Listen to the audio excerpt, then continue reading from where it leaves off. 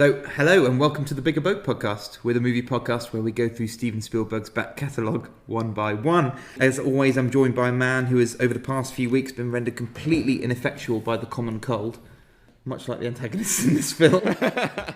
It's Joey. Hey. Hello. Hello, how are you? I wondered where that was quite leaning, but yeah. As always, I'm Luke as well, and we have a very special guest on the podcast as well. Our friend Harry, who's a little bit confused about why he's on the podcast. I am indeed, but I'm happy to be here. You were telling me about your previous radio experience. Oh yes, Luke asked if I'd been on the radio before, and I said yes. When I was 14, we went on a school trip, and on one of the long train journeys, my friends Russell and Al put on a radio show for the amusement of the rest of us, and I did a guest spot. What did you talk about then? I think we mainly talked about how we were throwing all the food at the different restaurants on the school trip on the floor and hiding it because it was all rank. We were in just post-communist Russia at the time. The sugar cubes would make the water fizz and overflow if you dropped them in a glass of water. Very good. And how are you, Joey? How are you doing? Very well. You mentioning my cold, I've actually finally got rid of it. Finally? Yes. I mean, it's been going on for about 2 months now. Yeah, 2 years. What it feels like. But yes, I'm good. I'm fighting fit. Excellent. Ready to fight these aliens. This week we're recording it, but actually by the time this episode comes out, it's probably the Oscars would have already aired, but this is the week that we're recording where the Oscar nominations have come out. And I asked of you, Joey, a question via a text message. I don't know why I'm saying it like that.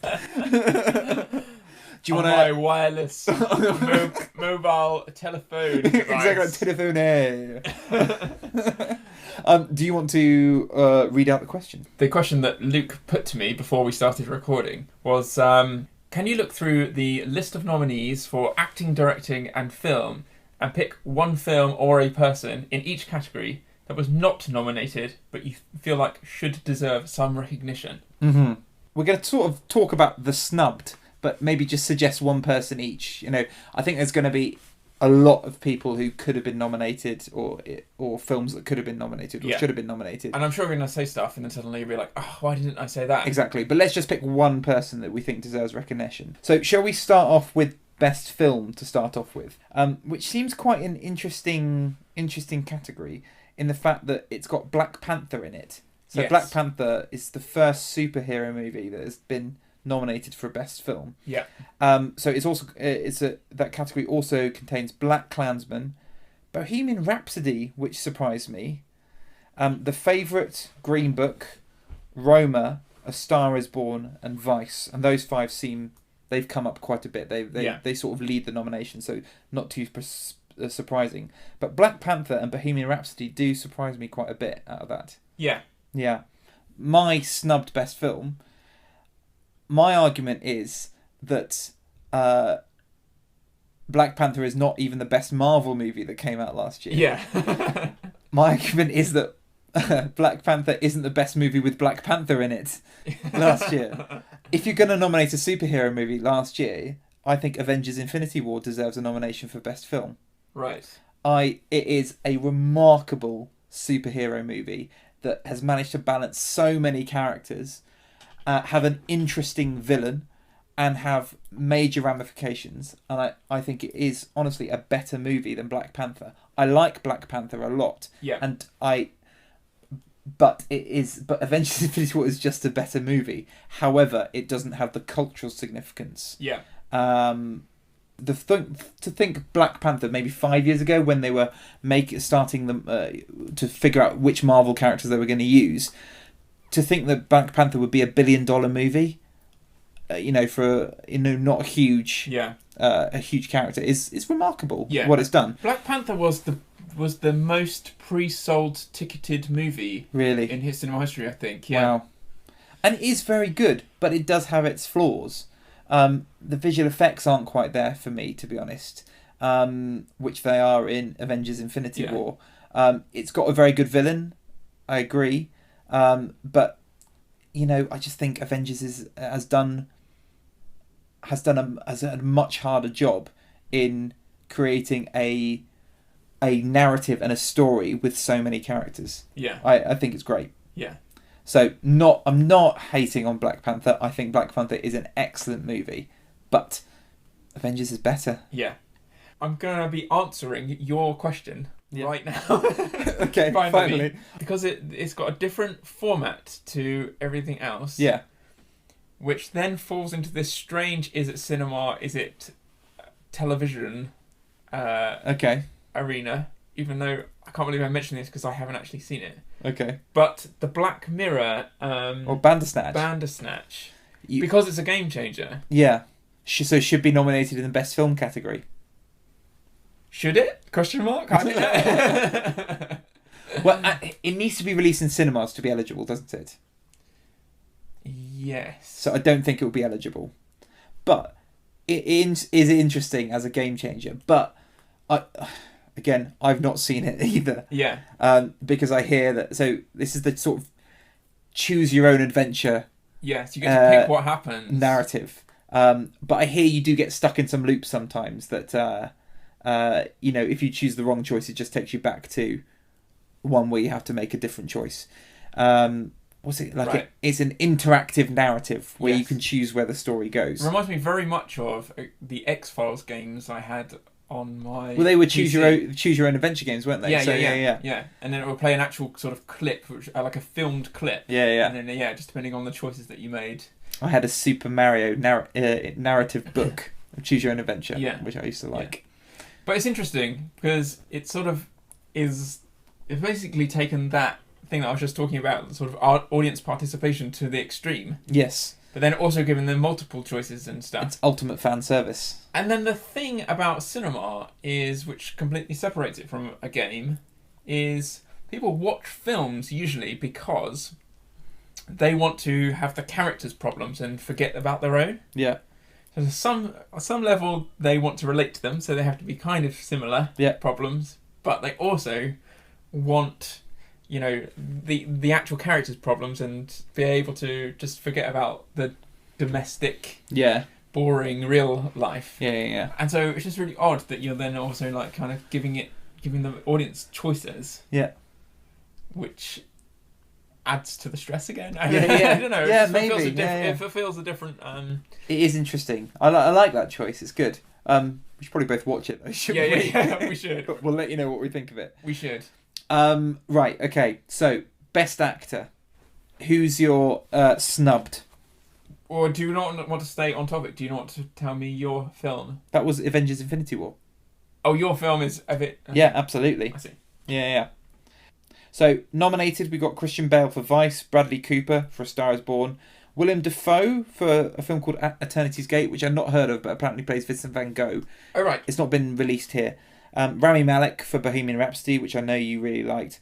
Viggo Mortensen for Green Book. Yeah.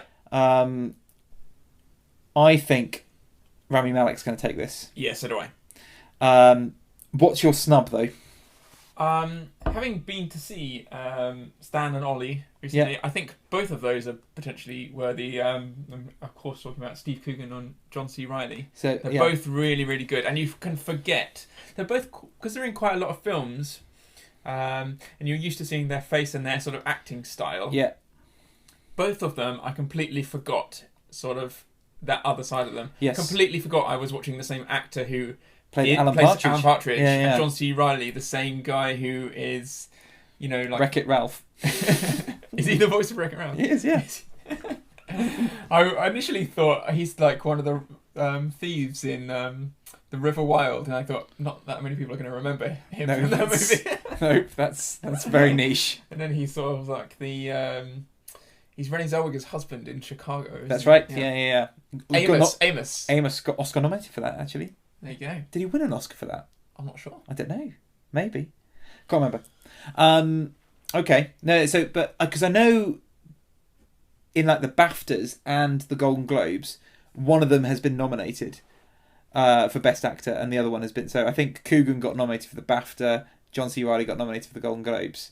That's quite cool. Yeah, which is good. Yeah. So maybe it's quite good that neither have got nominated for either Oscar. Yeah, very true. How about you? My snub is Ethan Hawke for First Reformed? Because, glad you mentioned it, because Paul Schrader has been nominated in the screenplay category. Yes. For that film. Yes. I thought I've talked about this film on one of my previous episodes anyway. That I thought it was a born again taxi driver. You know, he plays a vicar who's very much Travis Bickle. No, doesn't work. Who he just puts in a remarkable performance in it. Yeah. Yeah. So I think you can hear me talk about that in the previous one, but Yeah. I think you should have been I do really want to see it. Yeah, now you've mentioned it, it sounds like, from what I've heard, it sounds like it should be Oscar worthy. Yeah, definitely. So for Best Actress, we've got Yalitza Aparicio, the main character in Roma. She was very good, first time actress, who never acted before, was just found in a village in Mexico somewhere. Oh really? Yeah. And only auditioned because her sister auditioned. And now she's Oscar nominated. Glenn Close for The Wife, Olivia Colman for The Favourite, Gaga for A Star Is Born, and Melissa McCarthy for Can You Ever Forgive Me. For this one, this could be one of those ones where Glenn Close takes it because it's Glenn Close and she hasn't got an Oscar yet. Yeah. But I think Olivia Colman could be. She's got a lot of buzz coming into this. I would be surprised if she doesn't win it. And it would be quite nice to see Sophie from Peep Show picking up an Oscar. Yeah. Well, she's the reporter in one of the episodes of The Office. There you go. Yeah. My snub is Toni Collette for Hereditary. Oh right. Now, horror movies don't usually get a lot of love at the Oscars. I can't remember. Did The Exorcist win a few Oscars? I can't think remember. It got nominated, didn't it? Kubrick got nominated for a few things with The Shining, sound design and stuff, but I don't know if they won. But Toni Collette is terrifying in Hereditary, and it just portrays a woman on the verge of a breakdown, who breaks down remarkably well. And I think she should have been nominated.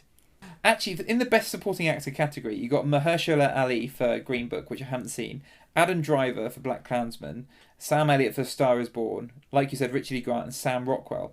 Now, Adam Driver, Sam Elliott and Sam Rockwell, they don't really have much to do in their movies. I don't really know why they're nominated, to be honest. Let's hope Richard E. Grant gets it then. Let's hope he does. I did do a snub for that, and I put Daniel Kaluuya for Widows. Have you seen Widows, the Steve McQueen film? Okay, Daniel Kaluuya plays a sociopath and is absolutely terrifying. So he was my pick. I'll tell you who I might say. Yeah. Okay. Off the top of my head. Yeah. Because we both said he was really, really good. But am I saying his name right? Gwilliam Lee. Gwilliam Lee. Yeah. Who played Brian May in Bohemian Rhapsody. Yeah. He did do. Because his part was just not as big. Yeah. But because we very much know the real Brian May, because he still, gets faced around on talk shows, etc. His impression, or his acting, is just really, really good. Put him forward for it. There you go. There you go. Hashtag justice for Gwilym. Yeah. Just very quick mention about supporting actress. You got Amy Adams for Vice, Marina Tavira for Roma, who doesn't really have a big part in it, so I'm very surprised she got nominated. Regina King for If Beale Street Could Talk, and then Emma Stone and Rachel Weisz both for The Favourite. I think Emma Stone and Rachel Weisz are going to cancel each other out. They're going to split the vote. And I don't think Marina Tavira is going to win it. So I think it's going to either go to Amy Adams because she's not won an Oscar and she's been nominated about 6 or 7 times. Right. Or Regina King because If Beale Street Could Talk. I have not seen it, but apparently it's one of the films that should have been nominated and hasn't got as many nominations. So people might give it to her just to... not because she's out of sympathy, because I'm sure she did a great job in it, but because it's lacking nominations elsewhere. Yeah. So I think it's going to go to either Regina or Amy. Who did you choose for director? For best director? Because this is one where it's an interesting pack. You got Alfonso Cuarón for Roma, who has already won I think he won the director Oscar for Gravity, didn't he? Yes. You got Yorgos Lanthimos for The Favourite, Spike Lee for Black Klansman, Adam McKay for Vice, and Pavel Pawlikowski for Cold War, which is meant to be amazing, but I've not seen it yet. No, I haven't seen it yet. No. You know what? I think Spike Lee could take it. I think he probably will. So I just couldn't think, and I thought, well, what other films came out in 2018? Mm-hmm. Ready Player One. Steven Spielberg. You've not Segue. seen it yet, though. Segway. Perfect. My choices were John Krasinski for A Quiet Place. Right. He is a comedian, essentially, who's their US version of Tim from The Office, who has now created an amazing horror movie, having not been a horror fan. I thought that was remarkable. So, John Krasinski and Paul King for Paddington 2. Yes. How? Yes. Paddington 2 is the perfect movie. It is brilliant. Yeah. I'm with you. Yeah. There you go. Paul King. Hashtag justice for Paul King and Gwilym. Hashtag forget what I said. Yeah. My snub for Best Supporting Actress is Thomasin McKenzie, who is the girl in Leave No Trace, that independent film I think I talked about a few weeks ago.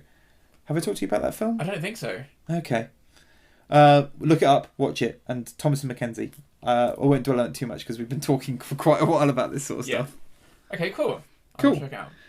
So we should probably mention that we are talking about War of the Worlds today. War of the Worlds. So what's that? Is that the song? The song? The home song. By who? I don't know. Has it got one? It does now. You've heard it here first. John Williams' finest. Did anyone see that that Netflix TV series Love, where there's a group of geeks? Yeah, I never saw it, but who, as part of their fun evenings, they make up music to theme songs to movies that never had theme songs. Oh, really? Like Carlito's Way.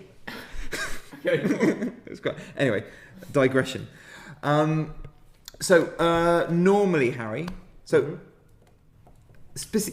we asked you to be on this podcast about a couple of months ago on a stag do, and you're like, yeah, it'll be great. How about I do War of the Worlds? Is that how it went? I literally said that I'll do War of the Worlds. Yeah. You actually Spielberg said films. Yeah, I didn't think you would even have that much to drink at the time.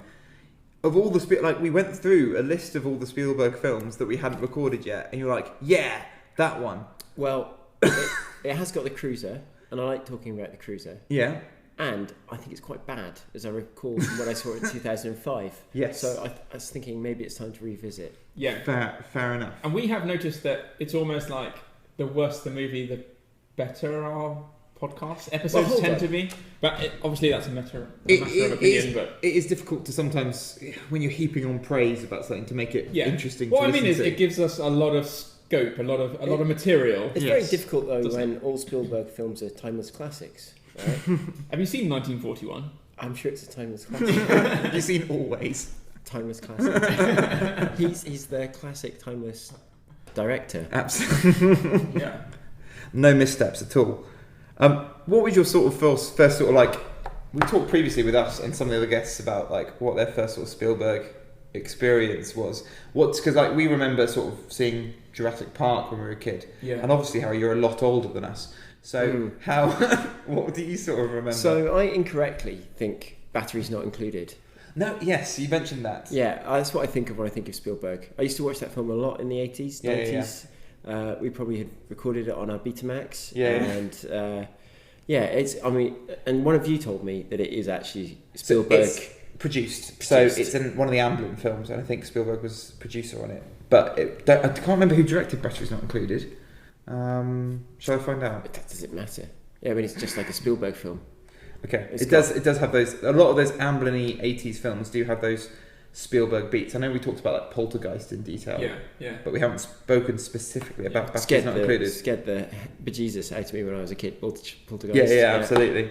And of course, Back to the Future's got Spielberg's name all over it, hasn't it? Presented by, but of course, not actually directed by him.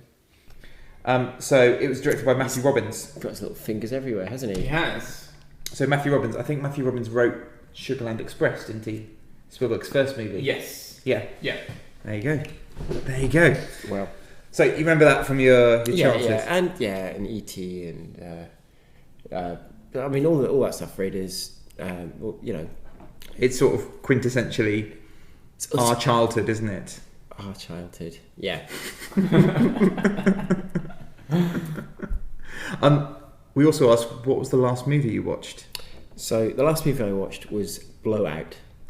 Oh, the Brian De Palma. Yeah. And I've been watching quite a lot of Brian De Palma films. That kind Yeah, of thing. yeah. I've seen a few of them over the years. They've always got a sort of quite showy style.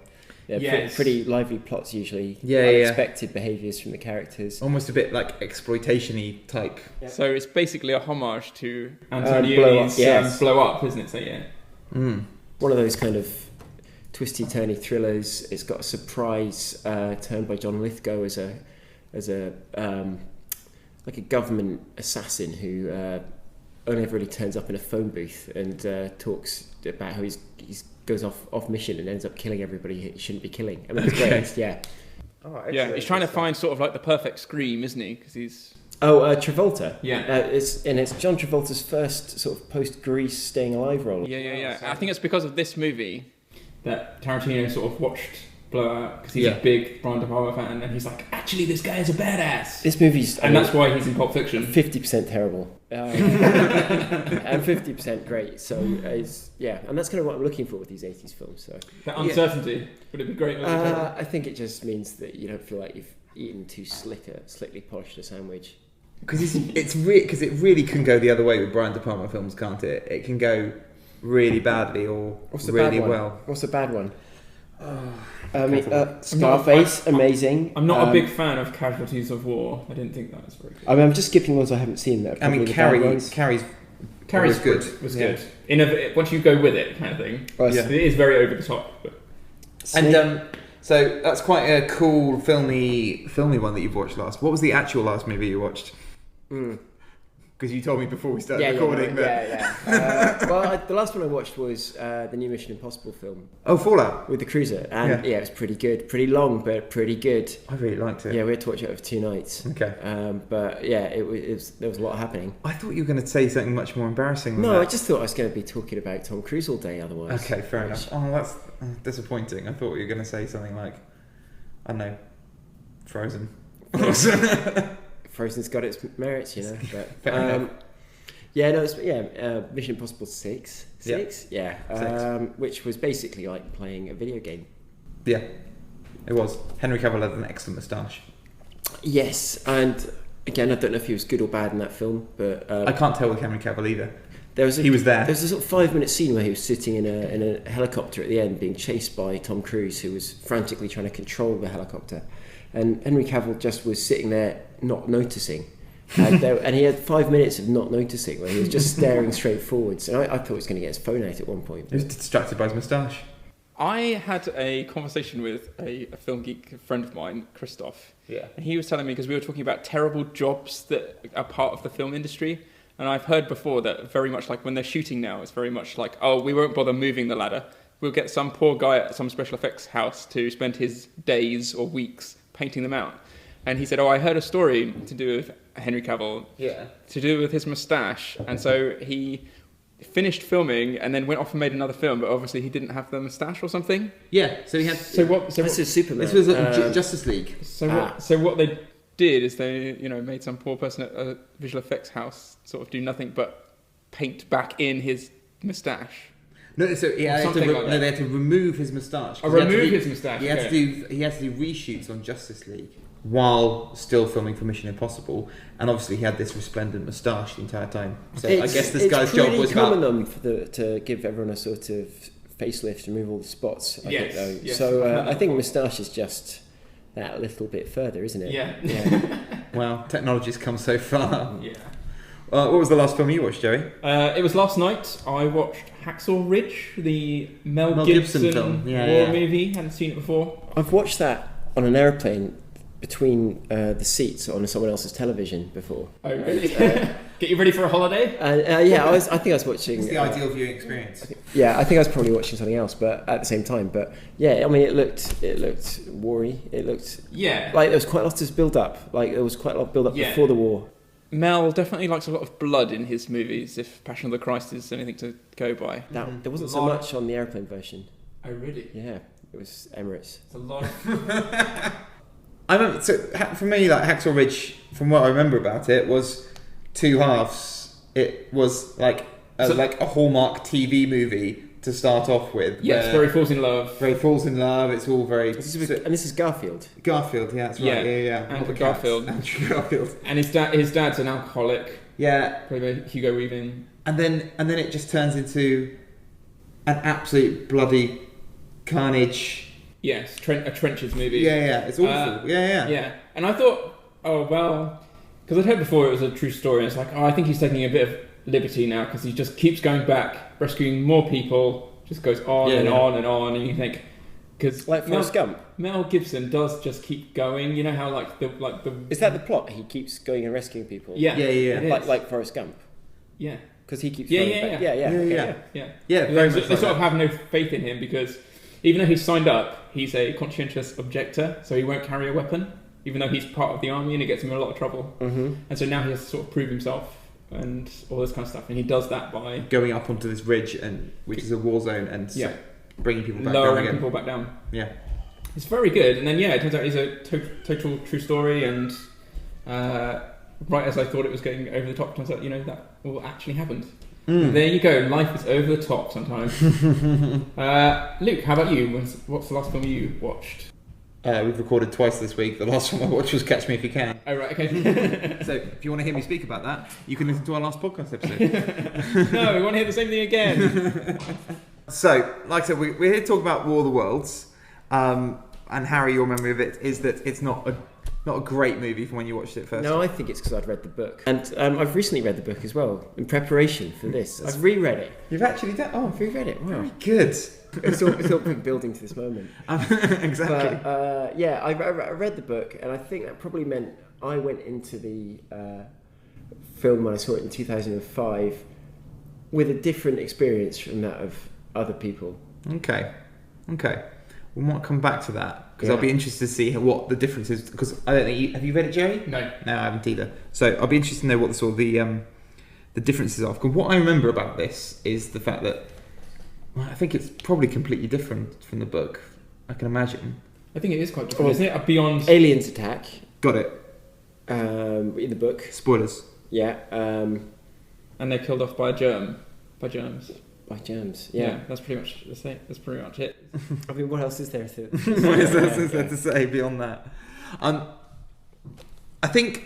Do you know the story about? Well, there's not really much of a story like there has been with other ones about why this movie got made and why they did a remake of The War of the Worlds. I think. Oh, well, I actually watched an interview with Tom Cruise and Spielberg. Yeah. The other day, I was walking along. I thought I better find some, interesting factoids. Some hot facts. Yeah. And so I saw an interview with the two of them talking about it, and Spielberg talked about how he had watched it as a young person and wanted to make it, and then some movies. I'm imagining Independence Day came out, and he chose to delay it. Then he read it again, and he really wanted to do it. And then he wanted to work with Tom Cruise again, and he told this long story about how great it was working with Tom. Yeah. And then he said, so I went to Tom with 3 movies, and I said, Tom, these are the 3 movies I want to make.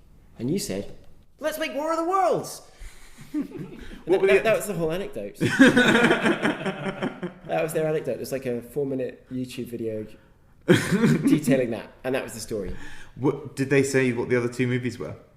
No. Okay. I mean, really, Spielberg just says that he liked it, and Tom Cruise probably felt an affinity with it because he's spent a lot of time thinking about space. Okay. Do you know the original? So when there was a radio play by Orson Welles, which was broadcast in America in the late 30s or so, and apparently the way they did it was as if they did fake news bulletins. Yes. And it caused, apparently, the newspapers reported it caused like mass hysteria because people thought genuinely aliens were attacking because of its believability. Apparently that has sort of like been built up over the year. Apparently, in reality, not that many people were actually taken along by it. It's just that it did cause a bit of a... You mean the newspapers lied? I think they might have. You might say it was an apocryphal apocalypse. My point was, Spielberg has, as a collector of sort of film history, has got the original transcript from that radio play. He bought it. Yeah.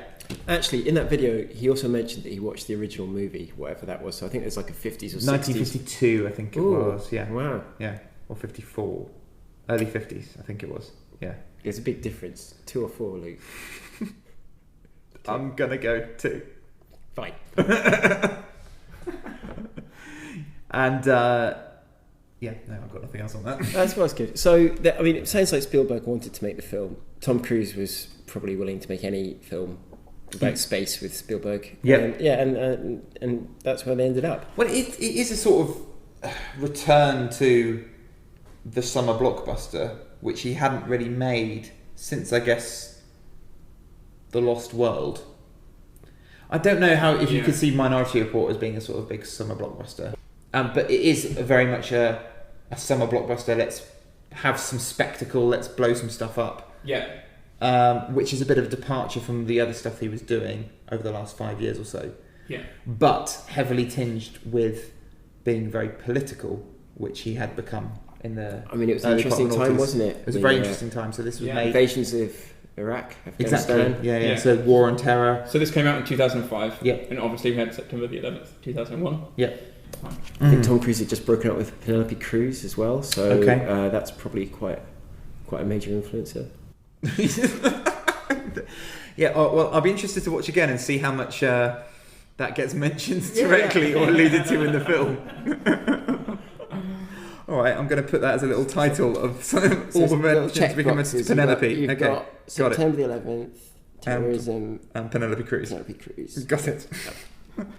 Shall we go and watch the film? Yes, let's do it. Okay, excellent. So we will see you when you get back. If you want to watch along with us, which we encourage you to do, I don't think War of the Worlds is available on any of the major streaming services. It was on the iPlayer until about a week ago. Okay, so by the time this comes out. So it was on the iPlayer. Check it out. You can rent it from YouTube. But you can rent it from anywhere you normally get your place from, but it's not on Netflix or Amazon Prime or Hulu. So... see you shortly. See you shortly. We are back from watching War of the Worlds. Wow. And exactly. Why did you choose that one as the one to rewatch, Harry? I think it was just to link up my memories. It's quite an incoherent film in my opinion, and I thought maybe that was just the ravages of time on my brain. I mean, do you remember it being that bad?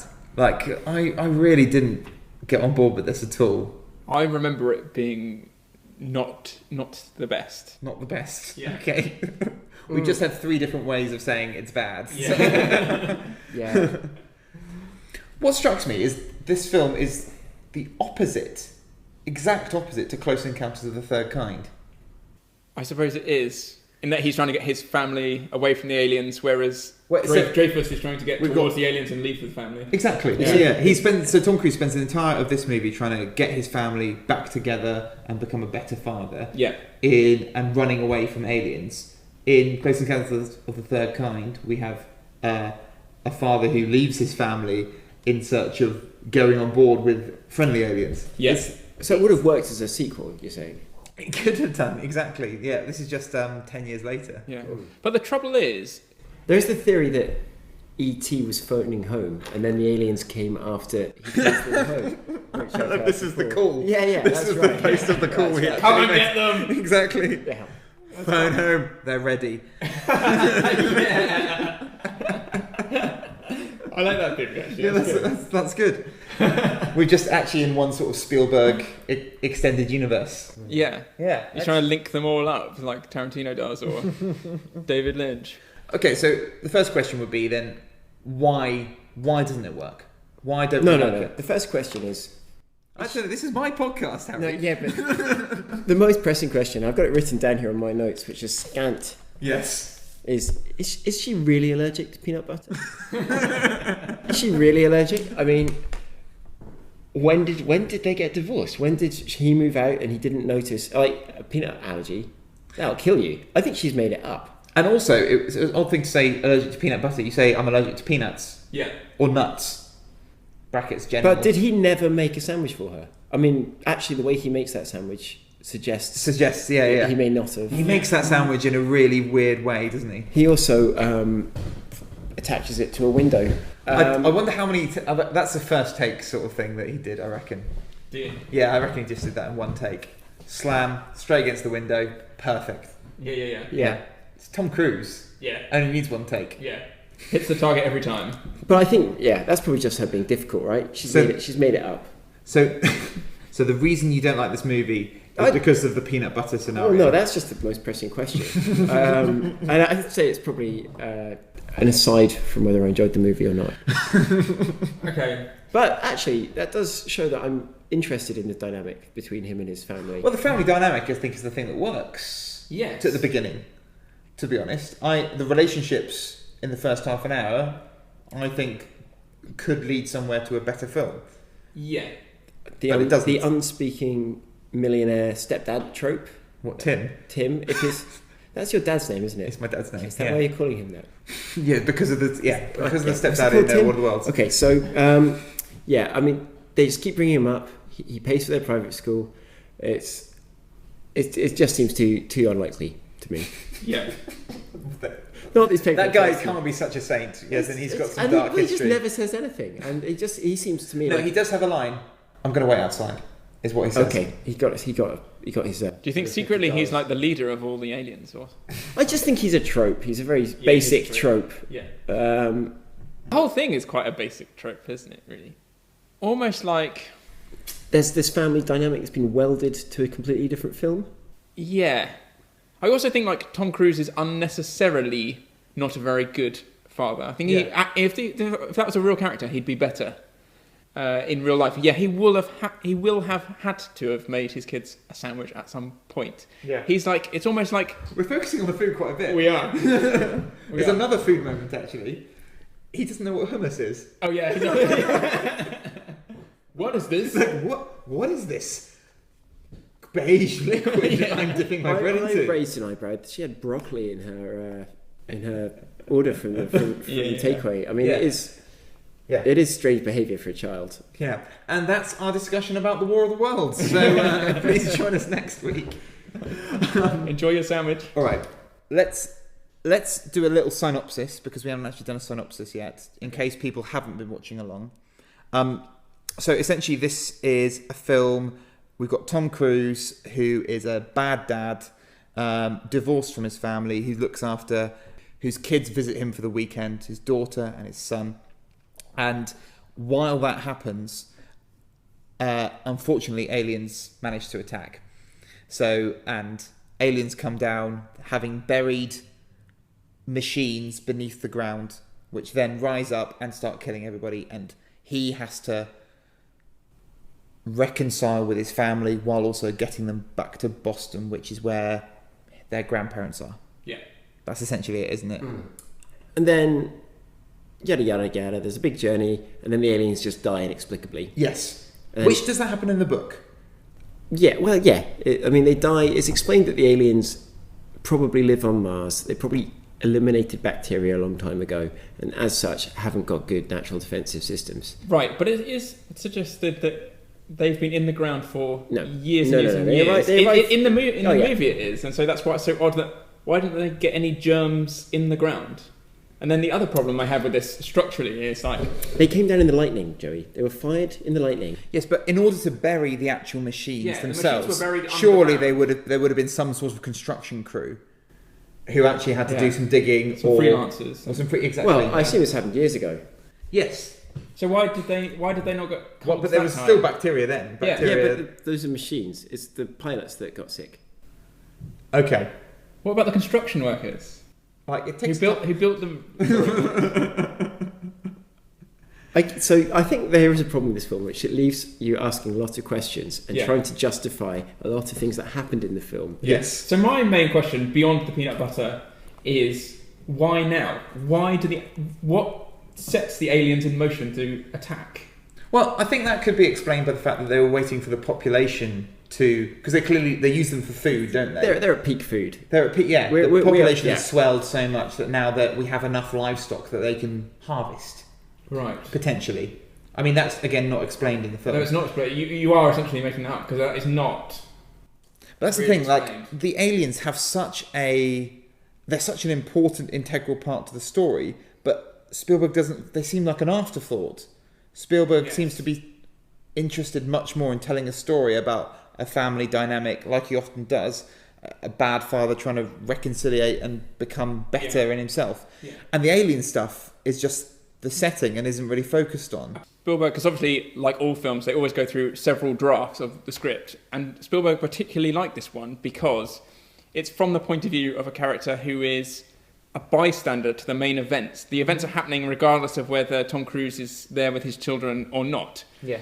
Which in some ways, it does. After I read that, it did make me think, okay, so you can remember on the day of September the 11th, you're looking at the devastation of the events. You don't know any whys. You don't know why that happened. Yes. So I suppose it's trying to hark into that. But handily in this film, he keeps meeting people who tell him enough about what's going on. Yeah, That's true. exposition points. They yeah. seem to be in the know. Why is Tom Cruise? That guy at the start who explains to him that the engines don't work, but he's replaced one of the things and now it works, that was useful. Yeah. His The two- newsreader, who, Yeah. the journalist who conveniently has VHS footage of all the things happening. And then immediately says, Yeah. after the lightning strikes, no news comes out of an area. And it's like, well, you've just played us some news from from the lightning strikes.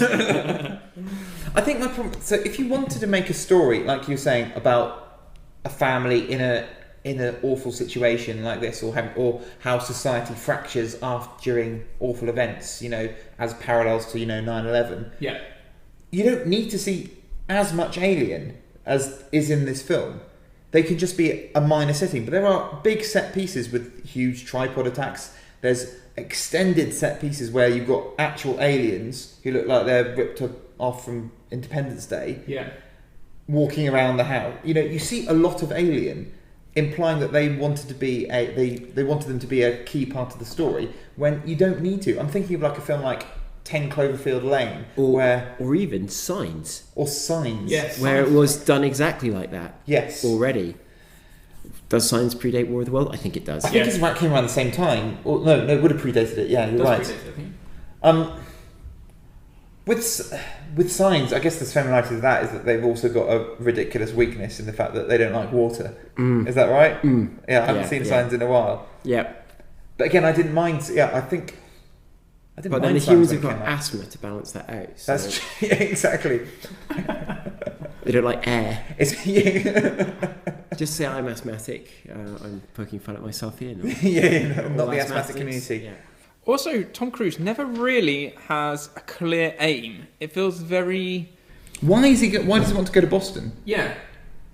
Oh, because that's So- where the mum is, and he wants to have Yeah. the kids back. And the kid... But the kids call him out on that, Yeah, don't they? kids- They say, "You just want to, lose responsibility for us. You just want to give us back." And he practically is like, yeah. Yeah, it's true. It would make our life Yeah. a lot easier. And then when when they got there, it's like, what a relief. Tom can get rid of them. Now he can just go back to just lazing around on his... Well, Tim would probably know what to do anyway.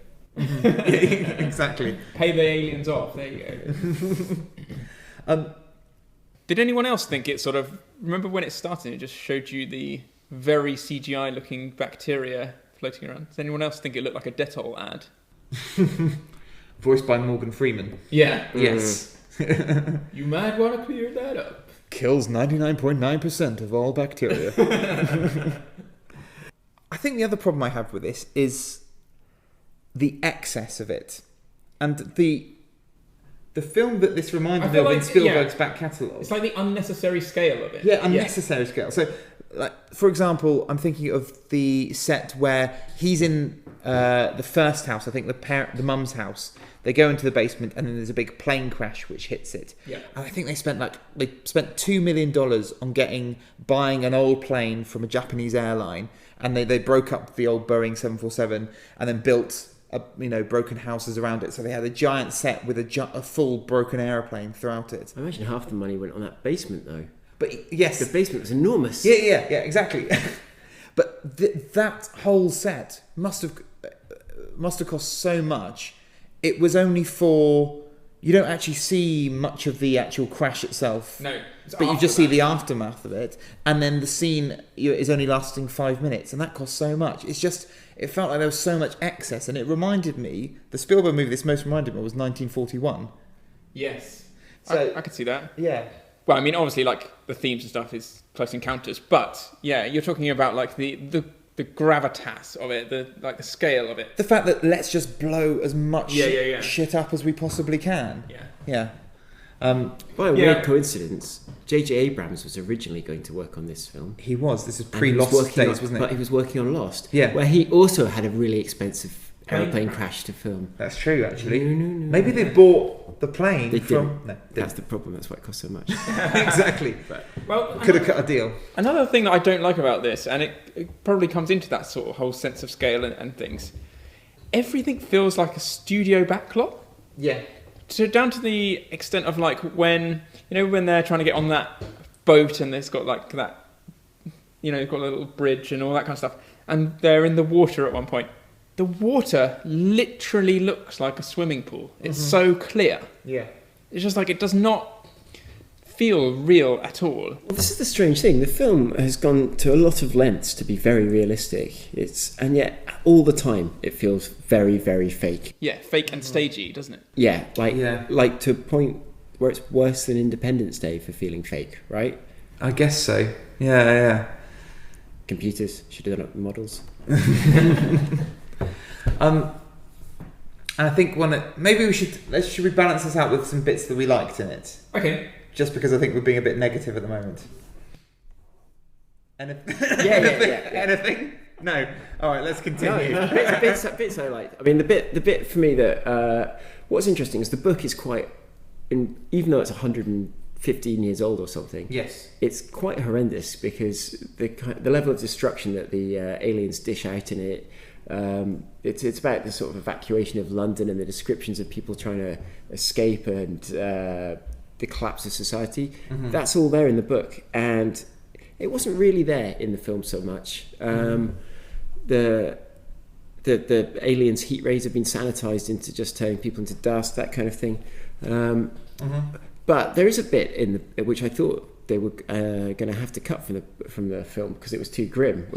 And I was thinking, well, they're not going to have that bit in it. Yeah. And in the book, the man becomes trapped with a sort of slightly crazy person for a few days next to the aliens, as he does at the end with Tim Robbins. Yeah. And he in the book, the narrator is saying what he did during this period, and he talks about how he had to beat the guy to be quiet and stuff like that. And I was thinking, this is pretty grim. And then in the end, the guy gets taken and killed by a tentacle.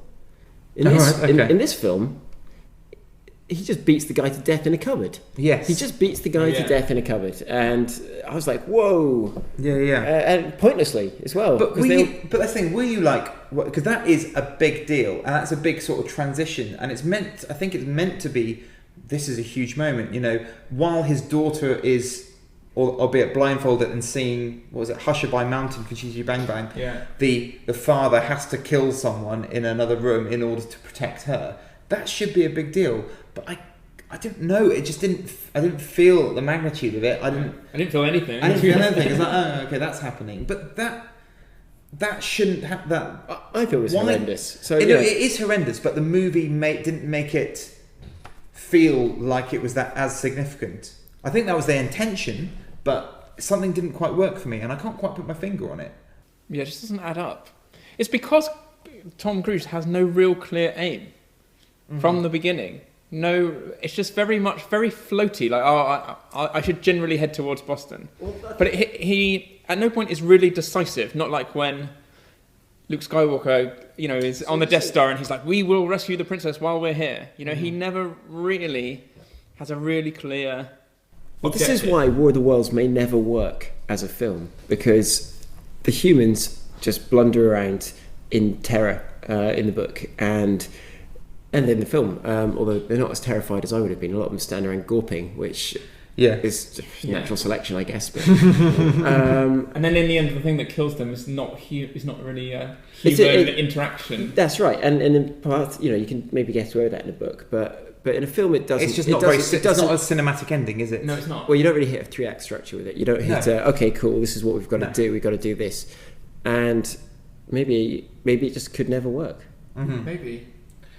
I think what they were trying to aim to do, I think Spielberg, one of his main themes, and we've alluded to this already, is he wanted to make a film that reflected the sort of societal fractures that can happen in the wake of an awful happening, an atrocity. And there's a lot of parallels that are from 9/11 to here. I'm thinking of bits where, the first alien attack where they're dusting lots of people, he ends up at home covered in dust, very similar to, ash from the Twin Towers coming down. Yeah. Those missing, when they're at that Hudson Bay river crossing, you've got that missing persons board. Again, that's very, very similar to what happened. Mm-hmm. Even the representation of the clothes falling like rain, sometimes, again, that raises memories of the spectre of what might have happened beforehand. So he's cashing in on a disaster. He's not cashing in on a disaster. She's making that sweet dollar. Oh, yeah. And also, like, even they directly mention it, the daughter, Dakota Fanning's character, when they're initially running away, she says directly, "Is this the terrorists?" You get the kid who almost feels like he's getting radicalized as well, with wanting to fight back against the alien oppressors. Yeah. It does try and look at some interesting things, but then just gets distracted. Yeah. And there are some interesting bits in there, and I think there is an interesting movie that could be made from there. Yeah. There's also maybe again this comes down to structuring, but in a well-structured movie, the events are relevant because even if they kind of come from nowhere, it should be a sort of chain reaction in that, like, it's because of that the next thing happens. Mm-hmm. And this feels very separate episodes. Yes. And then what also really bugs me is whenever we know we're going into a new section almost, is something scary is going to happen, we seem to stop following Tom Cruise and always go to Dakota Fanning. Yes. She seems to be the link. She seems to be the link of something scary happens. She basically cues whenever something is supposed to be scary or jump out at you. Yeah. You're like, oh right, we've got a close up of Dakota's face. Okay, yeah. What's she going to see now? As a transit, yeah. I guess because she has the most. She's going to be the most impressionable, the most vulnerable. Being the smallest child. Yeah, but it doesn't work when it becomes repetitive because honestly, it feels like, let's say they have like 5 or 6 big set pieces where. You have that, and so it's like, so let's say like the 2 aliens that go down into the basement. Yeah. Whose point of view is it from? Even though Tom and Tim Robbins are down there. The raptors. I mean, yeah, they are like just the raptors. But he's basically pastiche the best scene from Jurassic Park. Yeah. They had a cool bit where the camera whizzed around the car while they're driving it. That was really good. That was amazing. The camera work is always going to be very impressive in a Spielberg movie. Yes. Yeah. But then the driving was very easy. I mean, the most annoying trope in films. It is. How, like, it happens in like The Walking Dead or something like that, where an apocalypse has happened, but conveniently all the cars have made some sort of passageway for a car. Oh, I thought you were going to mention that. What works to me is the steering wheel. So Tom Cruise is basically doing sort of 90-degree turns with the steering wheel, but he's going in a straight line. As per what's going past the window. I mean, you're not an actor. That's what they do. Okay. How else are they going to imply movement? I guess it's the freeway. He's making sounds as well. People have left 2 chevrons between each car, so maybe it is easy just to drive around them all. That's true. That is true. Yeah. Maybe just don't drive down the middle of them. Go on the outside because it's just fields either side, isn't it? I know, but you saw him actually go through like a nice little park in the middle of a motorway. He did. Yeah. It's strange. There weren't enough people in those scenes, in some of those scenes. And in other ones there were too many, but they weren't acting like people who are actually scared for their lives. Yeah, I don't know why they didn't manage to kind of...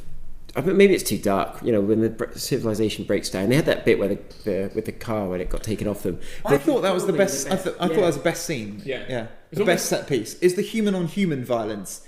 Works best. Exactly. That's entertainment. Exactly. Yeah. Works much better than any of the alien stuff. Yeah, it is basically a scene almost straight out of a zombie movie, isn't it? It reminded me exactly of Jurassic Park. Especially when the car gets flipped out. There's almost a shot for shot where it zooms in through the windshield, a broken windshield of the kids inside, which is exactly like what happens to Lex and Tim when the T-Rex turns over the car. Almost shot for shot. We had that shot twice. There was a broken window, Tom Cruise faced through the window near the start. Yeah. And that scene when, like, the most effective scary scene is which screamed of like human desperation and how severe the situation was where that guy was tearing through the actual windshield with his hands. You remember that bit? Oh yes. And he's actually tearing bits of glass off, and Yeah, everything's getting bloodied. Yeah, I thought that was really good. Yeah. But the other set pieces they all left me cold. The start was good. I mean, when the start monster was pops good. up, but then I started being annoyed by all the bystanding. I just thought I'd GTFO pretty fast. Yeah. And the starting scenes, like establishing the relationship, that is good. But I think you could probably buy those off the shelf, can't you? Yeah. I mean, yeah, I guess so. But also one of the problems I think is Tom Cruise in this. Like he's playing the everyman, who was also just trying to run away, and he's not a great dad. But he looks like Tom Cruise, and Tom Cruise has an inherent action star sort of. Yes, he's very much a movie star, isn't he? Exactly. He can't. I suppose he can, to some extent, he can sort of do every man, as long as there's action involved and that sort of thing. But that's the thing. Like, do you think in this sort of period of Spielberg's career, when he's wanted an everyman, he's gone to like Tom Hanks. Yes. Do you think Tom Hanks would be better in this role? Because I think the thought of Tom Hanks having to kill someone, in front of his daughter, is going to be much more. Sign me up. I'll watch that movie. It's going to be much more affecting and much more horrifying than seeing Tom Cruise, generic action star, having done all the Mission Impossible stuff, do that. It's just his day job. Yeah, true. Yeah. So, I mean, it all comes back to the film was ill-conceived. Yeah. But do you... I think it was doomed from the outset. But do you think that's a problem with the source material, though? I think it's... Or do you think it's a problem with the way they approached it? I think... focusing on the family rather than the alien invasion. Do you think that's the mistake? Could you have made a great film with War of the Worlds with Tom Cruise in it? Sure. Yeah, I think they did. I think they made a mistake trying to shoehorn the relationship drama into it. Yeah. Well, a typical Spielberg, the most Spielberg-y trope of all, the broken family, it does feel very added the children on to trying the story, to reconcile with their parents. Yeah. But maybe it's not that's the problem. Maybe it's just the problem that the whole thing just lurches around. The plane crash is a perfect example of this. It was just it was literally out of the blue. And great, we're now in a scene of destruction. Everything was nice the day before, and then it gets in a car, goes to a farm, and there's the hillside, and I don't know. They just jump. So this is why I compared it to 1941, because it jumps from set piece to set piece to set piece. There's not a huge amount of transition in between the two, and because of that, you don't really care. Yeah. Because you're just going from one disaster to the other. It's like an action sequence where you can't understand the layout of the scene, and it doesn't make sense. It doesn't add up. I'm sitting there going, why don't more people run into Tim Robbins' house? Yes, I don't understand that. Why is he like waving? Yeah, you two. Yeah. Why are loads of people running over the hill? I mean, again, maybe I'm just a coward, but I would be like, again, I'm not going over that hill. It looks hot. It looks death ray. And you're death ray. Yeah. Yeah. And Tim Robbins' plan seems to be straight out of the Shawshank Redemption, doesn't it? We'll dig a tunnel. It's not going to work this time, Tim. And also, I mean, actually, I think Tim Robbins was in the right. If you've got a shotgun, you've got 4 unarmored aliens, and Earth's got to fight back. Yeah. Yeah. Don't worry, we've got bacteria. Tom Cruise is practically working for the aliens. Yeah. That scene in the Tim Robbins' basement where you have that set piece with the tentacle that comes down and it's looking for them and they're hiding from it. Yawn. Yep. Yeah, and then so that was getting a bit boring anyway. And then they follow it by exactly the same set piece, but with the actual aliens, and then that goes on for just as long. So 2 exactly the same set pieces back to back, which last for 20 minutes of the movie. Yeah. Don't understand it. Boring. Boring. What do you think about the kids? Dakota Fanning is quite good in it, I think. But as I say, I got annoyed that everything that was scary was from her point of view. She does scream quite a lot as well. Yeah. Particularly her older brother, he's sort of a nothing character, isn't he? He looked quite like Tom Cruise. Yes. Which is, a good start. Was Justin Chatwin his name, I think. But yeah, he was straight off the trope shelf as well, wasn't he? The moody teenager who doesn't want to do anything sensible. Mm-hmm. I think one of the major criticisms about this that I've read as well is, the fact that we get that typical Spielberg sweet ending where everyone is happy at the end. The son, what was his name, Robbie, throughout the entire thing wants to go with the army to actually fight back. He wants to do something. He doesn't want to be running away. And there is a bit where he actually gets Tom Cruise lets him go, and he goes over the breach. He's got Sophie's choice, hasn't he? Yeah, exactly. Yeah. He has exactly whether to save his daughter or his son, and he lets his son go. And then there's a big sort of napalmy explosion, and obviously he's grieving because he thinks his son is dead. And then the son appears at the end, safe, with no explanation. Yeah, he comes out of nowhere.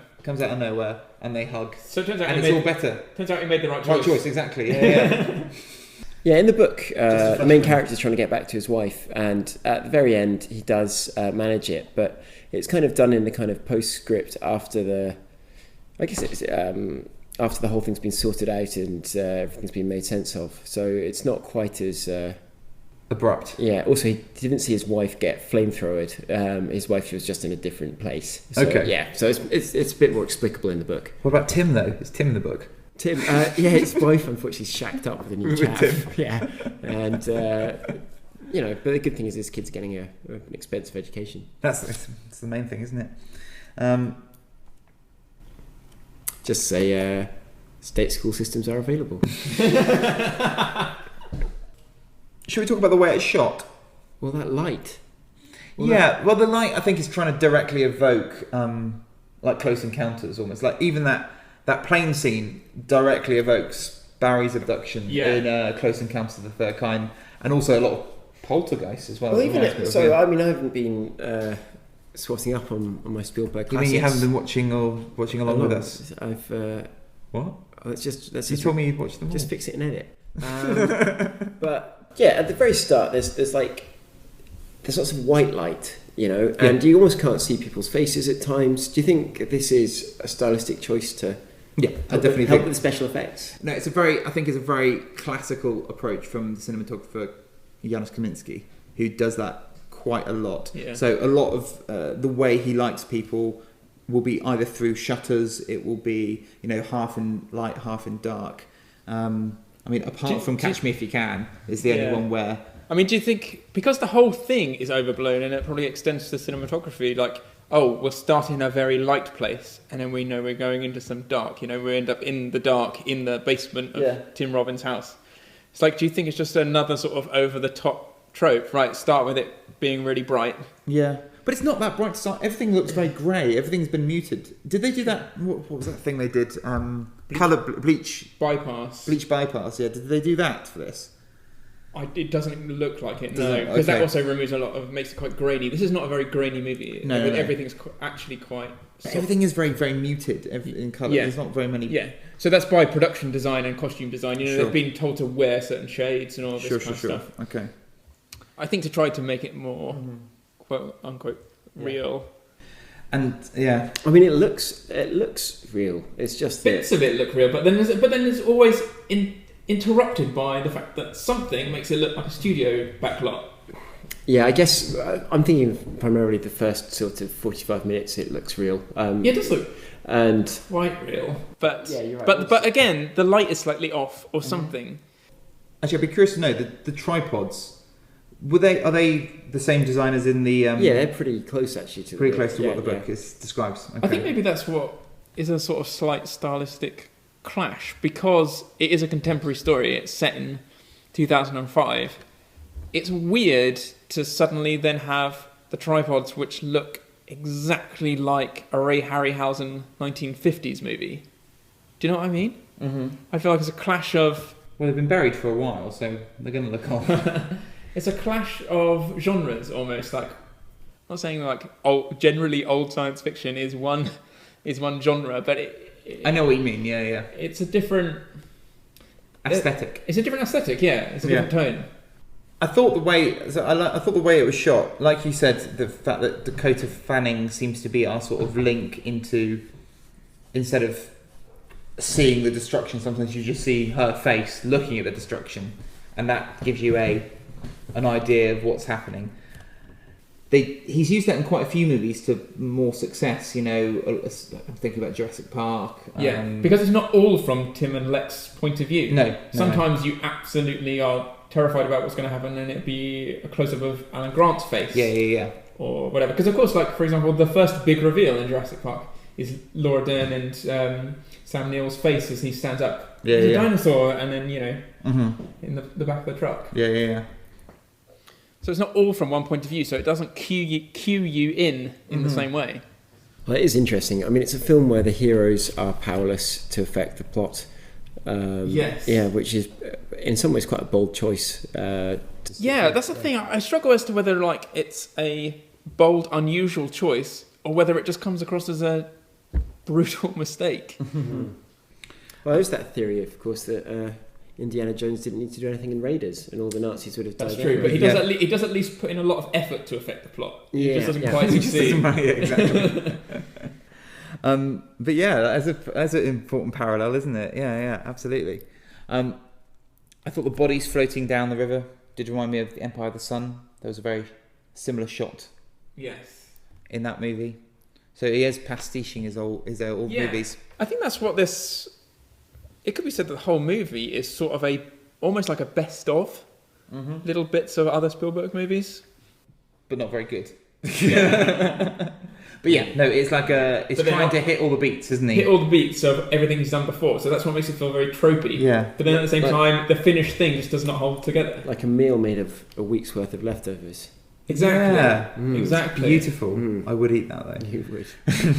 But I just think there are just so many little flaws in it, and you might not be. I mean, having talked about them, there was stuff that you guys have said that I didn't clock, but they all add up. And you might not be acutely aware of them at the time, but they all build and they build on each other. That at the end, it finishes and you just have a sense of dissatisfaction. Yeah. I don't know if you'd agree with that statement. What was interesting was my wife Sabrina's reaction, who didn't know that they were going to get killed by the common cold. Yeah. And she just didn't know what had happened. Yeah. She was like, huh?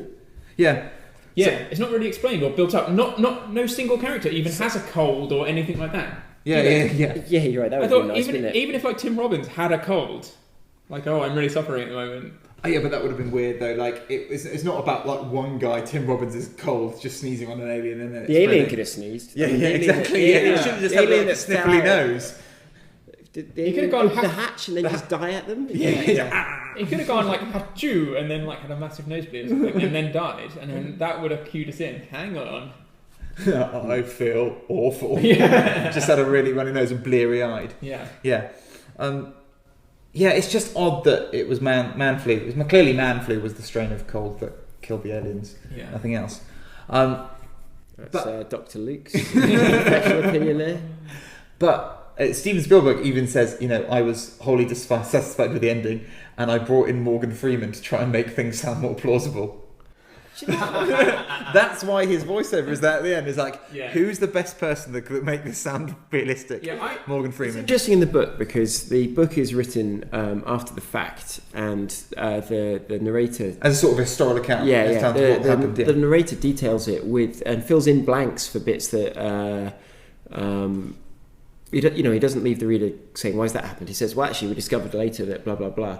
And it actually works in that context. And I don't know if maybe by them saying this is all just going to be as Tom Cruise experiences, you miss out on that bit of backstory that made the original material work. So that may be yet another mistake. I just find it interesting. You should have bumped into a scientist at some point who could have explained something after the news reporter and his friends at the... it would have been useful, wouldn't it? So do you think this would have been better with Kevin Hart and The Rock in it? Well, with Will Smith and Jeff Goldblum. Jeff Goldblum, maybe. I mean, if only keep the aliens the same and just make it with Jeff Goldblum and Will Smith. Job done. There's money in that. It would be interesting to compare and contrast with Independence Day 2, which I haven't seen. No, I haven't seen. I heard it's awful. So, but yeah, could be a close run thing. We could do a podcast special. Maybe I should have watched that, then we could have just not talking about just not talked about this. You should have done that. Well, but anyway, if you want, should we wrap it up there? Yeah. But anyway, we'd be really interested to know what you think. So if you want to comment on anything that we've said in the podcast today, please get in touch with us on Twitter. You can follow us on @BigBoatPodcast on Twitter, or on Instagram @TheBiggerBoatPodcast. If you want to email us, please do. We are on thebiggerboatpodcast@gmail.com. And we'll see you next week, where we'll be talking about Munich. Yes. Which I'm quite excited about, because that is probably it's going to be up there in my top 5 Spielberg films. I remember it being very talky. It is very talky. Will you have time to watch it though? What, in terms It's of... like 3 hours long, isn't it? No, I think most Spielberg films are. Actually, that is a good thing that we didn't talk about this movie. It comes in under 2 hours. Yes, it's short. So we will see you then next week, and look forward to seeing you then. So it's bye from all of us. Bye. Bye.